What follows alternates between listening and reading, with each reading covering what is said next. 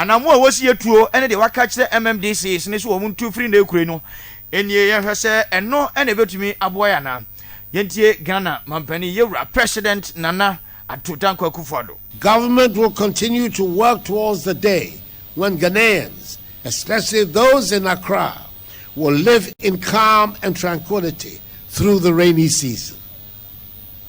Metropolitan, municipal, and district chief assemblies have been charged to ensure the obstructions to the free flow of water, as well as developments along waterways, are removed immediately. MMDAs are also to ensure the strict adherence of developers to the planning laws of our country and sanction staff who have issued permits for structures to be built on waterways to serve as a deterrent to others who seek to engage in such acts. To ensure these directives are strictly complied with, I have established a monitoring unit at Jubilee House that will be reporting directly to me on the progress of the implementation of these measures. President Nana Akufo-Addo enra ewo enkran na etiefo sesi e kokoba se tibabi ti se adum na ensuo to na eyiri adehie bi ne mo store se wadum a adan na ye kwakobu aguo ama nsuo na bese akọ no ya adan e wadum a na se adan e sinfa ene kokoba se nsuo to kakra na kejeti Dubai fefefa Ghana ban asi hoi ensuo kwa koyiri dia fa adehie a wo store se wo kejeti Dubai ho no a adan na mu dia hi na ye kwakobu aguo etiefo obi isi ni dan ya tenase aye nhwe han nipa na sidan na wie wa sisters na wie yankwa nkobu babia na nkansuo befa no ya sisa adan na wie onipa na sira wie wate de safiri ho de na adwuma de obeya bia wotim entie na ekokoba sensuo to na ayiri adehie binom na wo ma nsuo ayiri wo mo no enne after see hu so man your problem no your problem aye wo de den solve no se adan esi wo ne yenkonkobu a adan ni mu de ye ne yenkobu etiefo so mo hu ebre be to dwa se kofu otu galamse senses ensase sei nsuo ene ade no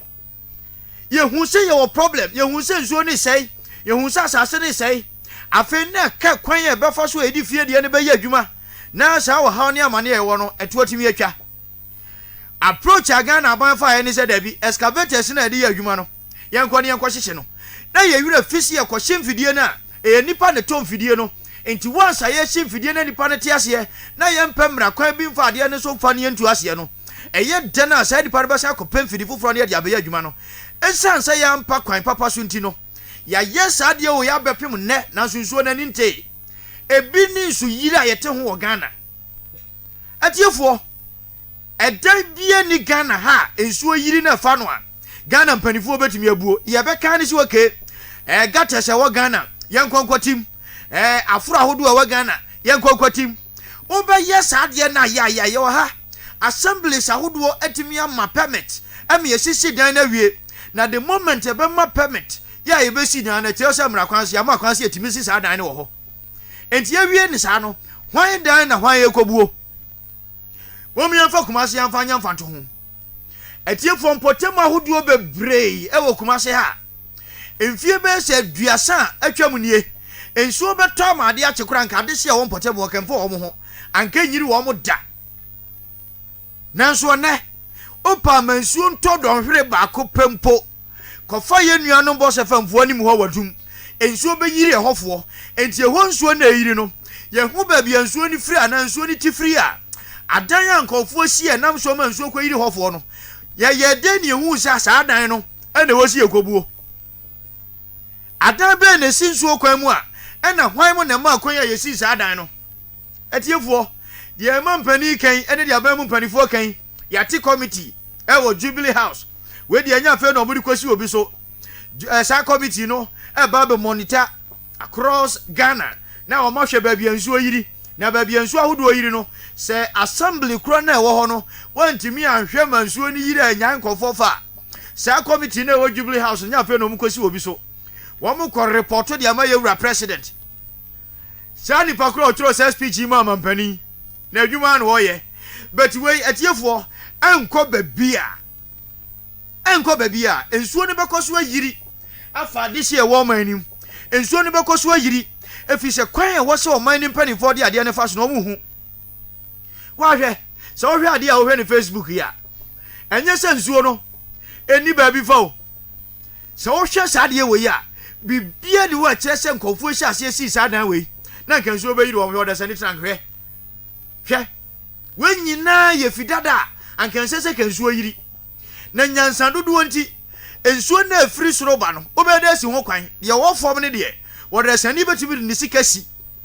obesi ensuo na nam fom ne kwan na de afiri soro ba nso sa wo hwe kan ne mpanifo titifuoi ba bie ni wa titifuoi tina ya na nkan nsuo yiri rough okura nkron kituo ma ba bia subonten ahodo da bia ni wo yiri fo obi fie na so ye ne eti kromu no a enena yesi ani bia ba no yesua dwembonea ma peseminkum nya wura Ghana mpanifo bi ni mu a wewa wonyani a wasi dan wonsuo mu da yeni bia ni Ghana ha oto nsuo mu asase gise de wonim ena hwe nsore a yesisi adan akese emu be se 40% or more eye babia na nsuo wo ne afil bebre enti ye di grant sa permit ni nyina ye nyo de se ne hwe de grant permit ye nya ne hwe yete ha se ye wura president amasa order nura ye hwe de ye wura champagne be ye wo Kumase ha ye hwe de champagne me ye wo Kumase ha ye hwe de obetimi aye wo Kumase ha ensuo kɔtɔ a yɛntimi nyiri ye be hwe de ye betimi abu ne dan wo Kumase ha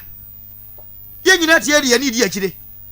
kasa speeches na ye twoma ye mpanifo no empepi ma ye hu adwen poten ye wo sa mpanifo ni tirim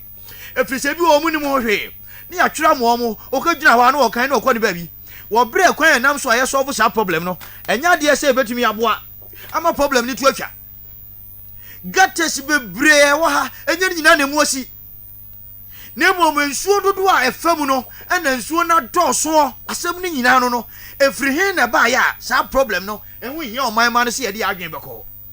yo ye de wa kan ye tie hwɛ no ye mfiri ona ye nkɔ ensɛmfoforo so na ye nwura eye opani a na asɛm ɛwɔ so nei na no enrampo ye bo amane sɛ special prosecutor no wa kan ho ɛwɔ Ghana sesei na so for ba yi asɛm ba ko na ɛwɔ hɔ de matena mi dudi kɔ ye no na ɛno ɛyɛ otan ye wura mama yare gade no enti ye tie ne sɛ matena mi du case ɔde kɔ ye no kisi agyabe ba yɛ ifiri hɔ sɛ adanse papa bi ani ho na for the first time akwa na nkasa kisi agyabe nsɛm a ahwɛ mu no ɛnra ɛwɔ Accra High Court Criminal Division ɔno ankasa okoko gyina mu ɛbɔ kwadu na ye de yewura ebi agye ana agye ni mboaten agye ɔno ɛde ye ne court ɔne ɔno ankasa na konta ya wɔka ne ho bie na kwadu ɛde abɔ sa nkɔfo ani sɛ ebra na ebi agye ɛyɛ chief executive officer ɛwɔ Procurement Authority Public Procurement Authority ɔno chief executive no ɛne ne nkɔfo wɔn ma ɛbɛn no peseminkum nya etiefo join your Facebook na hwɛ no court proceedings de ekosi ye opani na hyase kasa na sɛ etiefo si ahwɛ bibi wɔ Ghana akwakoba sɛ abusua kakra bi ana Ghana dwapade nyina left right center safo no efum na de amane ya roho ne sɛ because e wote same a ye bo papa din a yeni no ye bo maami din a yeni no ye bo abusua pani din a obi ani no na sempo obi nim pa won ka sa nkrofo na wo mo fom o man na dwapade ho enei sɛ abusua bia wo makonwa no abusua na konwa to na so o man ka sɛ di a obi a wote nkyɛn fa ho bɛ ye abusua konwa na Ghana dwapade na ekokoba sɛ nipa bi a kyɛ o man nim na saafo no nko ana efa atiefo e wo se ye sori ne ye kasetia se obi ono abaye adwuma Public Procurement Authority se bibi mpo de be ko tender contract bi de be ko o mine contract mpo a wa wo se fata ogiri se obetimi ye adwuma no fabra na opani na ono wo ha ono ye pani kwantrefo o da adwuma na no se wonya ne hu nipa adwuma no wonya bi o mine adwuma no wonya bi se wonya na contract no wonya bi da na enno abra ya man ye de sankofo no kogina court no kwadu e de bo ho no omo si wo ni hufo fodie bia ni wo makwan mu enti court no tu asem na hyebusum ye di anim yi e de to so aduonu nwotwe June 28 wɔn bɛkɔ no wɔn akɔkyerɛ mu deɛ nti a wɔn ani fɔ no na ɔpanin a ɔda Facebook yi so ɔkasa yi wɔn ɛne Ghana for special prosecutor no na ɛnura nsɛm a yɛaka ne ha nyinaa wɔn te no wɔn kran ɛberɛ wɔn pɔn kɔɔto hɔ wɔn bisa panin sɛ ɛhyɛ Ghanafoɔ tirim sɛ nsɛm akɛseɛ sisi Ghana na nsan sɛ bi yɛ mampanin ho nkɔfoɔ mampanin abusuafoɔ mampanin wɔfa asefoɔ ɛno nti onya wagye sɛ obetumi ahwehwɛm na wɔn anim wɔn bɔ no wɔn asɛm na ahwehwɛm kisi agya bi nyi ano nie. One of the things that actually came up when you filed this particular charge is to the effect that the big fishes are walking around and you are actually starting from the bottom. Chief Executive Officer of the Public Procurement Authority and a small fish. That is what is going around. Unless you don't want to see.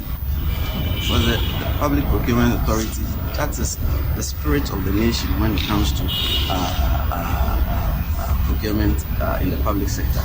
And if you call the Chief Executive Officer of the Public Procurement Authority a small fish, then there's no big fish in the country. And in any case, corruption is corruption. It's not about how large the fish is, whether it is perch or it is a small anchovies. Corruption is corruption. And as I said during my get, that I'm... I don't know now the Okanyana say obi kasa kɛsefoɔ ne nam baabi ɛna nketewa ne na yɛkye wɔn mo a na kyerɛ sɛ onipa ne nyɛ n'adwe sɛ obehu sɛ de akɛsefoɔ de sitie na obi yɛ Chief Executive Officer ɛwɔ Public Procurement Authority a sɛ nipa no ɔnyɛ nipa ketewa ɔman ne mu contracts ahodoɔ nyina fa ne nsɛm ɛne sɛ watimi abɔ mmɔden de akwa ne kɔkɔto a de ɔbɛyɛ na ɔyɛ ne Ghanafoɔ yɛn kamfo no na adwuma ne de nipa da sani anim na yade sɛ wɔntimi nya asase ne kura kyerɛ sɛ ɔpanin na adwuma no ɛyade sɛ bɛyɛ den de ama no ɛfiri sɛ ɛberɛ a Ghanafoɔ ɔmo nimra ɛka sɛ Article 88 of the Constitution of the Republic 92 deɛ no ɛkyerɛ sɛ Ghana Attorney General no ensem bia fa wuri kasam ho criminal cases bia no ɛyɛ Attorney General ɛna gyina mu ɔman no enti the Special Prosecutors Act no ɛno ne ma MSV as an amendment to the Article 88 no enti still criminal charges no dodo na as Attorney General nsa enti start the creation of the office of the Special Prosecutor no kra no first of all ebinim no say ye bogus ebinim kasa fa ho atiefo ankwa nkosi baabi a ene aba beduru baabi se hwan na te Ghana ha ye hwe nipa bi te se Gabi asare wo kire da ko tumi bia ni ho a wo Ghana ha ye de mo akwa na enye yie obetimi ye dia Attorney General nan kasa kra de ama no betu begie di se oni position wo Ghana but position a woni wo Ghana by virtue of saying of a president nti were even more powerful than the vice president and this will be catch na wo sasa aye opani no any corrupt act because wo Ghana including PDS obetimi anya no wom na se bepem na senka special prosecutor so obeton sa afre no na enra makwakopi mo court ye bisa say ade na kasefo ni number bi a we anka the best response and is a fairly ashasiye why kasio why kitu a yebeduru ho name for the so-called special prosecutor to have said that yakwetimi akwakofa the former Chief Executive Officer of PPA Edina Court nti ono ne a big fixture one na dey bibi Ghana ha yet Ghana ha and Nana Akufo-Addo Executive Secretary to the President Edin Sasha Accra ase Emma the then minister responsible for energy ye Raboachi Agyako and our reason oni hobio say ye mampani ama executive order say yam franco parliament na a merry deal yanko yensesa e wo deal nim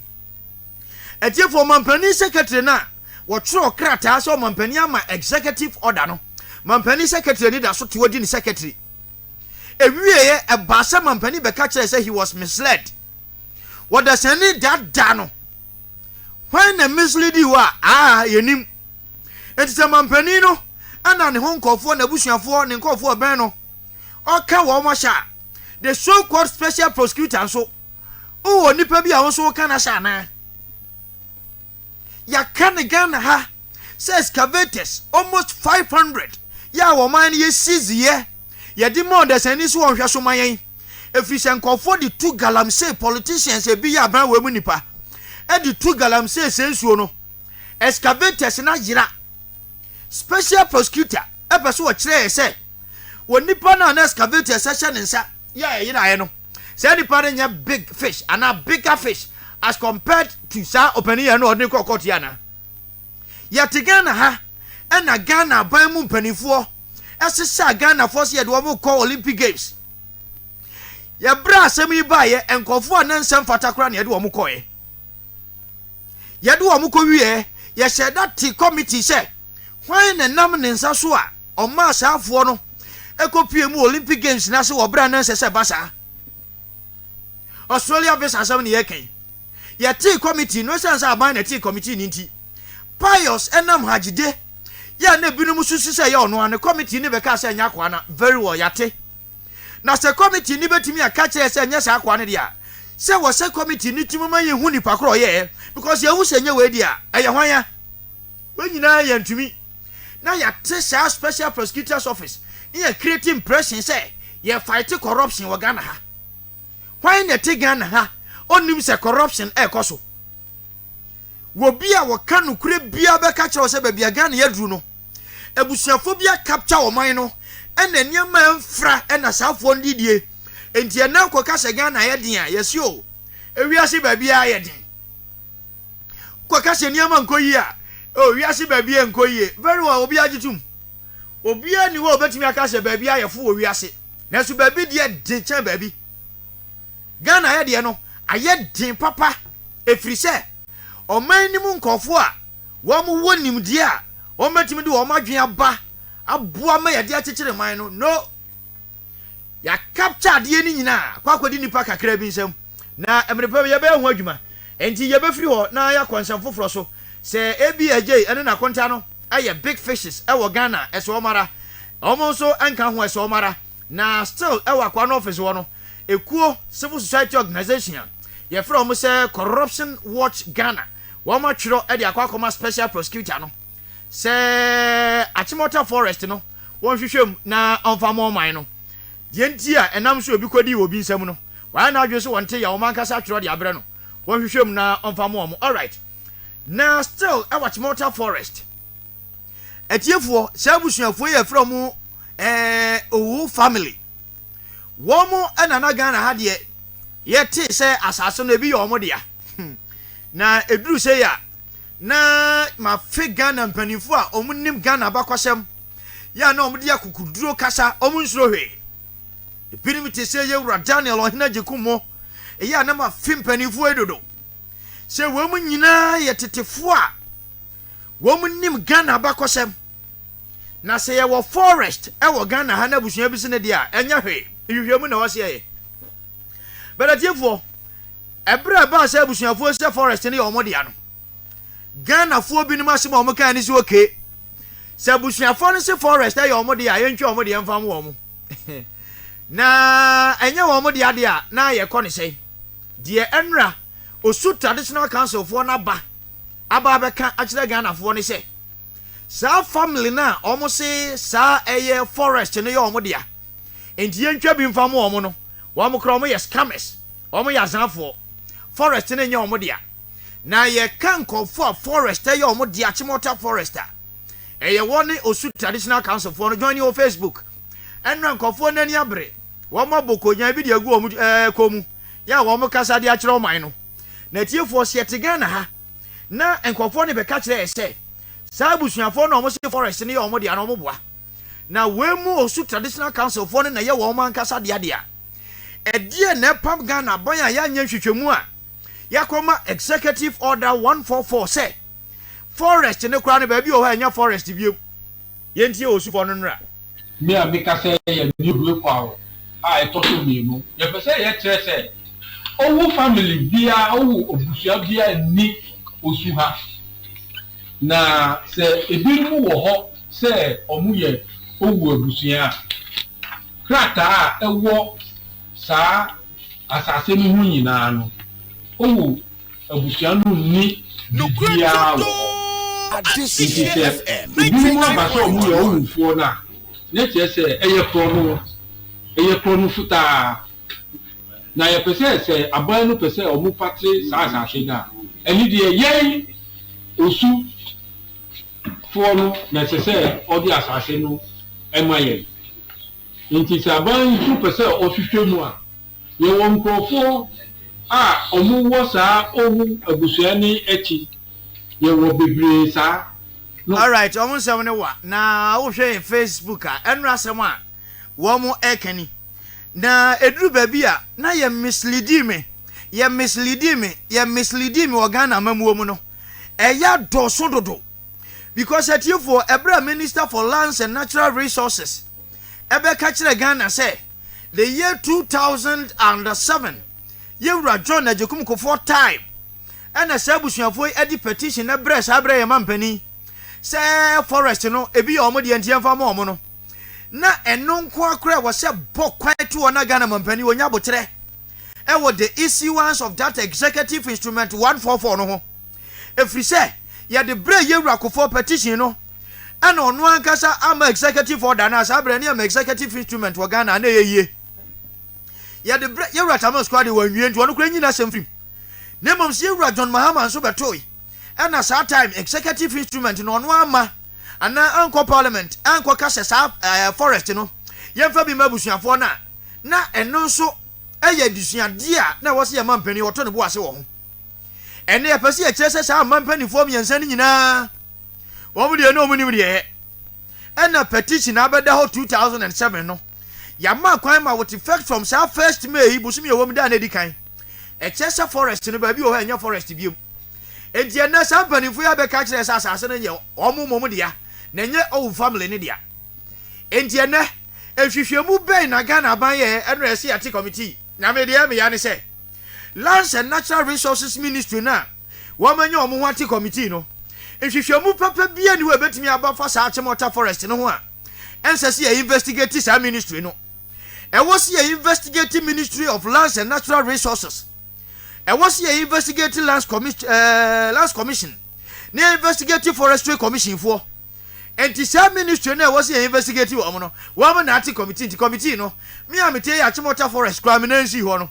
me no mo be investigate me ana say why na te Ghana ha sa committee ni be investigate bibi papa bia ni wa san kofo ni be investigate am oman no and na report papa bia ni wo metumi di aba na sampani fo ya mote ho say nei sa osu traditional council ye na forest ni ye dia na nya san kofo no ebre ba ya issue executive instruments ye dia asase ni bi man kofo no apart from sa press conferences here mo ye de camera say simu so ehwehwei edie ba adie papa biem ana sa busuafo e won be ye because mo anu no ensese executive instrument